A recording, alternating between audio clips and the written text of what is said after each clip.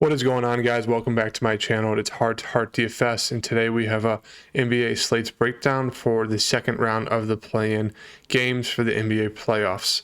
We have the Cavs versus the Hawks and the Pelicans versus the Clippers, and it should be another round of exciting games. I know the Hornets game last night was horrendous. Same with that Spurs and Pelicans game, even though the Spurs finally did come back at the end. But that the Hornets game was just terrible. But before we get into it, just want to mention, follow me on Twitter at HeartDFS. We're getting close to the 100 mark. I really want to engage with you guys more, answer any questions you guys might have, put up extra prize pick plays, any DFS plays, my core plays, stuff like that. So definitely make sure to follow me there at HeartDFS. And yeah, let's get into it. So for today, or I guess tomorrow's games, we have Atlanta and Cleveland first. This should be, a great game environment. Going to be hugely popular when it comes to these plays. They decided to price down pretty much everyone across both games. And so there's going to be a lot of different routes you can go. It's going to be a lot easier to build a nice mid-range lineup in the playoffs. Obviously, with the tighter rotations, it's hard to get a lot of value plays because there really isn't much. We saw Rondo become one, a few days ago for the first game for the Hawks or the Cavs. But yeah, it's just the mid-range build is pretty much the way to go for these just two game slates. And let's get into it. We get Trae Young 9-7. As we saw last game versus the Hornets, he played 34 minutes and that was a blowout from pretty much the second quarter on. He didn't shoot the ball too well, but it's Trae Young. He is all the usage, the main guy on this team. As we can look at this chart, the Cavs, I guess let's do it to the last 7. I know it's kind of screwy with only looking at the last 7 games, but when it comes to the Cavs, they're in like the top 12 of allowing points to the point guards. So I mean that doesn't really bolster anything because Trae Young's already a great play against Cleveland. Darius Garland's not a great defender at all, but that kind of just reinforces the statement that they're allowing a good amount of points to the point guards. Trae Young is the guy who's all the usage, so at 9-7 looks to be in a great spot. Even if he doesn't shoot the ball well, he's still going to manage to get at least 20 points a game, and then he's still going to ring in a bunch of assists and get you a few rebounds, averaging almost a steal a game. So Trae Young at 9-7 looks great. Clint Capella has been on a pretty good run recently. 15 points, 17 rebounds, 3 assists, 3 blocks, 2 steals. That's 10 points right there. So he usually doesn't get that, only averaging about 1 block a game, and like a steal a game, I guess a little bit more. So he kind of hit his ceiling in terms of blocks and steals. And that's, another 10 points added onto his fantasy score. So I don't think you can expect that as kind of like a ceiling game last game versus the Hornets.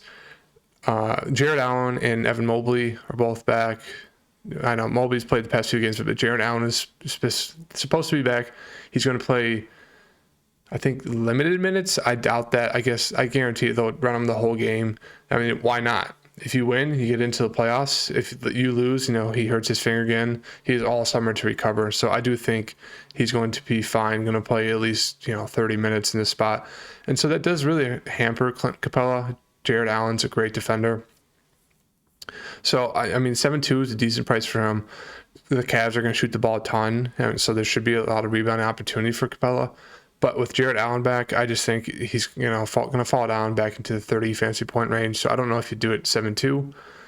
Bogdan is questionable. I feel like he's going to play, but definitely keep an eye on this.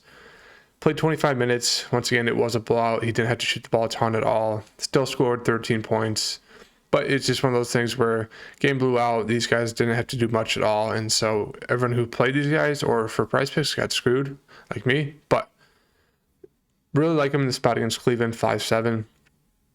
Great play as well. He's kind of the guy off the bench to do it all for them. So in the spot at 5-7. Do you think we can expect back into the 30s minutes wise, 35 if this game stays close? Hopefully. You never know. It's been really screwy with all these games the past, week and a half going into these playing games of teams just getting randomly blown out. So definitely, one of those things to slightly keep in mind on. But Trae Young, great, love him. Capella just more of that secondary, maybe in like a third look play, but I would really just like trailing to the side. Bogdan obviously looks like a great spot. John Collins is still out, so don't look to go there. As I said, DeAndre Hunter was really high on him last game, played 30 minutes, shot the ball great, 22 points, 7 rebounds, 2 assists, 34, almost 35 fantasy points. So once again, do really look DeAndre Hunter in this spot at 5-1. He should play closer to 35, even maybe closer to 40 minutes in this spot if the game is close. Decent shooter, can get you those boards and assists, and at 5-1, it's a great spot for him. I expect him to be a little bit popular just because the people who kind of box score watch, they'll see that, oh, you got 34 fantasy points compared to the other guys. Even though they did all kind of have great games, 28 for Herter, Gallinari had 25. So I think my interest still stands in Hunter being the safest one for me at 5-1, just because Herter's a little bit more scoring dependent if he's not in his shots. Really not going to get you there, but his price doesn't affect you too much. Same with Gallo, really scoring dependent, but it's nice to see 30 minutes from him even in a blowout. So if the game stays a lot closer, he should see closer to 35 minutes. It's just if he's not hitting the shot, they are not going to keep him in the game. They'd rather look to a guy like Bogdan off the bench to just kind of get that secondary scoring boost. But out of these three, I'd say Hunter is still my favorite, and then maybe Gallo, then Herter. But I do really like all three of them at these prices. But favorite plays on the side are definitely Bogdan and then Trey at the top. Delon Wright got some run just because there's a blowout. I don't think you get to chase that. It got 8, 5, and 4. I think you kind of expect back into the 15 fantasy point range at most, which at 3-5 doesn't kill you, especially if you want to try to jam in some stars. But I just don't think it's a spot yet to go. That'd be kind of chasing. And then Okongwu got 17 minutes, was in foul trouble, so would have played more in the blowout, maybe closer to 25. But if you were to take a shot on someone, a dart throw, it'd definitely be Okongwu, especially if Clint Capella is just not doing well. Okongwu might provide some energy, a spark off the bench, so I don't mind him at 3-3 as like your dart throw of the day. I think it's going to be hard to find any other value you want to go to. Cleveland side, love Darius Garland.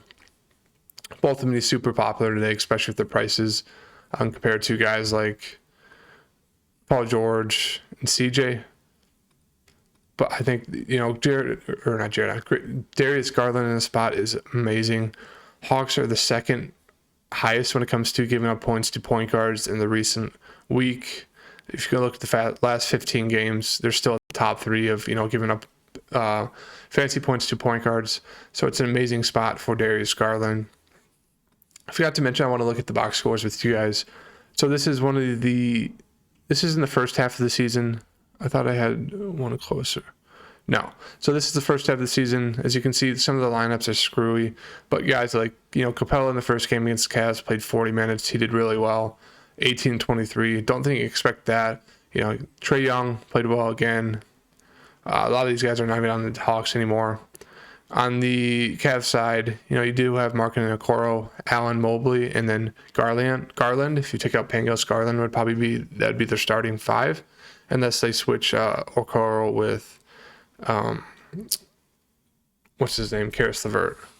But as you can see, Mobley had a decent game, 16, 8, and 5. Jared Allen got a decent game, 21 and 8. Markin didn't do as well. Kevin Love did great off the bench, so that's a guy to definitely keep an eye on, is Kevin Love off the bench. This is more in the midway through the season, closer to the 2/3 mark of the season. Jared Allen was still there, 14, 7, and 4. Mobley, 22, 10, and 4. Garland, 30, 8, and 2. Kevin Love, 21 off the bench. This is when they did have Karis. Karis shot the ball a ton, so 9. Played about 30 minutes, only got 9 points off the bench.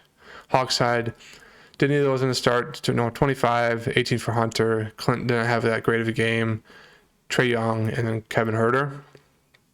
And then you can kind of see with the bench, Lou Williams will not be in, so I do think you're going to just kind of expect that 3-man rotation again off the bench for Okongwu, Bogdan, and Delon Wright. Maybe throw in TLC if they just need to give a guy another 5 minutes breather, but should be a very tight rotation for the Hawks on their side. And then if we look at one of the last games of the season between these two sides, we had Moses Brown. Obviously, Jared Allen was gone, but Garland, shot the ball 21 times, didn't shoot great, but still had 18 points. Karis LeVert wasn't as aggressive. They threw in guys like Goodwin, Windler. I think this game, it was a blowout, so didn't get the full run, but just kind of looking at the box scores, we can't expect on the Atlanta side for them to, play Trey, Bogdan, Capella, Hunter, Herter, Gallinari, all the minutes, and then probably give 12-ish to Delon Wright, maybe like 20 to Okongwu, and then a guy like TLC will maybe get 10 to 15 off the bench. He's not going to shoot the ball a ton. Just kind of more there to give a breather. Cleveland side, Jared Allen, I do think we can expect him to have full run. We're going to have to keep an eye on this in the news, but I do think they're going to play him pretty much as much as they can. I'd say at least 30 minutes, if not close to 35.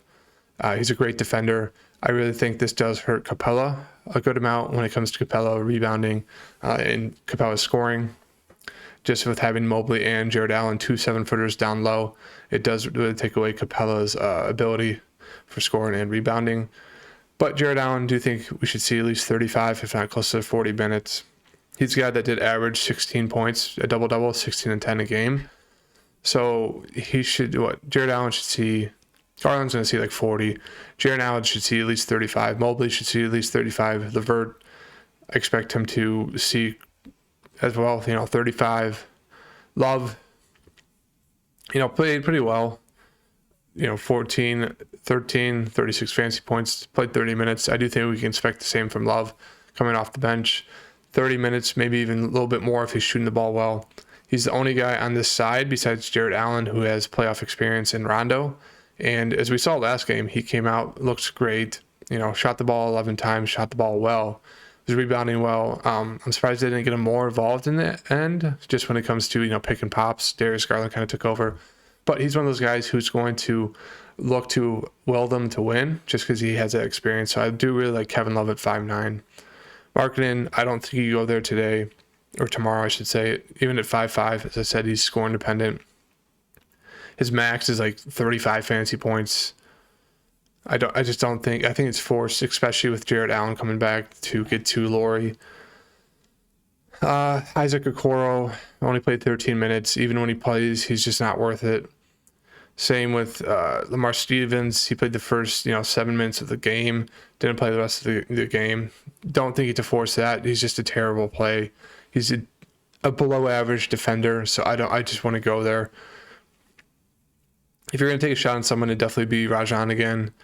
Played 26 minutes. Didn't shoot the ball well. He's not going to shoot the ball a ton, but 7 points. 9 assists, 3 rebounds. Usually you can kind of expect a steal or two. He's a pretty good guy when it comes to getting steals. 23 fantasy points. So he's going to be a very popular guy for value today. So I do really like him, or tomorrow as well at value. But I do really like Jared Allen. I think he'll be a little bit lower owned just because people are going to, unless we get news that he's playing as much minutes as he can, I do think people are going to just be bashful of his price and of his injury status, but I do really like him at 7'5". Same with Mobley. His price came down, which I'd like to see. He's had prior success playing against the Hawks. Collins is not in. I'm not sure who they're going to throw on Mobley, but do really like him in the spot at 6'8". Karis LeVert's more of a secondary play with everyone back now. I'm surprised. I don't know if they're going to keep him in the starting lineup or make him come off the bench. I would like him a little bit more if he came off the bench just because he'd probably be a little bit more aggressive. But if he's in the starting lineup, I just think he's a little bit hindered, and at 6'5", not for me. Do really like Kevin Love at 5'9". As I mentioned, past playoff experience, he's an NBA champion. He has played really well against the Hawks, during this season. So I do really love him in the spot at 5'9". And that really does it for me on this side. It's pretty much Garland, A+ play. Kevin Love, I think he's like a B+ play. Rajon's great value. And I don't mind getting into these guys like Jared Allen and Mobley and just game stacking this game because I think it should be high scoring. I think it should be fast paced. Let's look. I know this is a little bit of a longer analysis, guys, but it's the day before the game, so just want to try to bring up as many points as I can to help you guys and the kind of the routes you guys take with these lineups. So 223 over under, not too high, but 2-point spread. The Pelicans Clippers game is a 4-point spread, 215 over under, so that's a lot slower paced of a game. So this one is definitely a lot better when it comes to game stacking. That's kind of my thoughts on that side. Onto the Pelicans side, CJ is at 8-9. Great spot for him. He had 27 real life points in the first half against the Spurs. Finished with 51.5. Once again, it's not the best spot against the Clippers, as they're a little bit slower, better defensive team, obviously, compared to the Spurs. So it is seem a little pricey for CJ, but as we've seen all season, especially since he got traded to the Pelicans, he's not bashful when it comes to shooting the ball. He's going to get you rebounds and assists as well. Can get you a steal or two a game. So more of like a 1B play for me, not a 1A, but I do really like CJ. Nice to see him play 40 minutes in that game. I do think you can expect the same in the game against the Clippers. J-Val, as I mentioned, maybe it's one of those games where he goes off. He did 22, 14, 3-2, 50 fancy points. Another good matchup against Zubac. Not sure how Zubac is going to handle J-Val. His price dropped down to 8K. I just think it's a little bit risky as well. The guy I would get to is Brandon Ingram, 7-8. Only played 30 minutes. Was able to rest a lot just because they were up pretty much 20 throughout the third quarter and halfway through the fourth until the Spurs kind of made a comeback, and then they threw Brandon Ingram back in. But I do really like him at 7-8. Been playing really well since the All-Star break. Been shooting the ball extremely well. Going to get you these rebounds, assists. Steal is kind of like a cherry on the top, but really like Brandon Ingram at 7-8 against the Clippers. Not the best spot. I do think he'll probably be guarding Paul George unless I put like Herb Jones on him, but really like Brandon Ingram at 7-8. Who else? Herb Jones. He played 37 minutes. That's huge minutes. Not going to shoot the ball a ton. Shot 3 really well, so that kind of helped him the points wise, but 2 blocks, 2 steals, 5 rebounds, 3 assists. He's a guy who can stuff the stat sheet, and so I really like Herb Jones as like a little bit of a pay down value. I like him more than the Hawks guys just because if Herb Jones is great. I think he's in the top 5 in the NBA when it comes to deflections. So that means more opportunities for steals and blocks. As you can see, 2 steals, 2 blocks, averaging I think about almost 2 steals a game, almost a block a game as well. So he's just a high energy guy, great at defense. Really like Herb Jones. It's kind of that mid range pay down guy at 4,800. Jackson Hayes played 20 minutes against the Spurs, but all he did was foul. Don't think he'd go there at all. Alvarado, you can take a shot on him, played 22 minutes, shot the ball pretty well from 3 or 4. I just don't think this is a great spot for him at 4,300. The Spurs guys are a little bit easier to go against. These Clipper guys are not. They're going to play a lot harder defense, especially for a guy who's like 5'8". I don't think he'd go there for Alvarado. Hernan Gomez didn't even play. Larry Nance, 14 minutes. Najee Marshall, 12. Troy Murphy, 22. And then Devontae Graham, 7. So pretty much it's just the main 3, CJ, J-Val, and Brandon. Brandon will probably be the most popular just because he's the cheapest.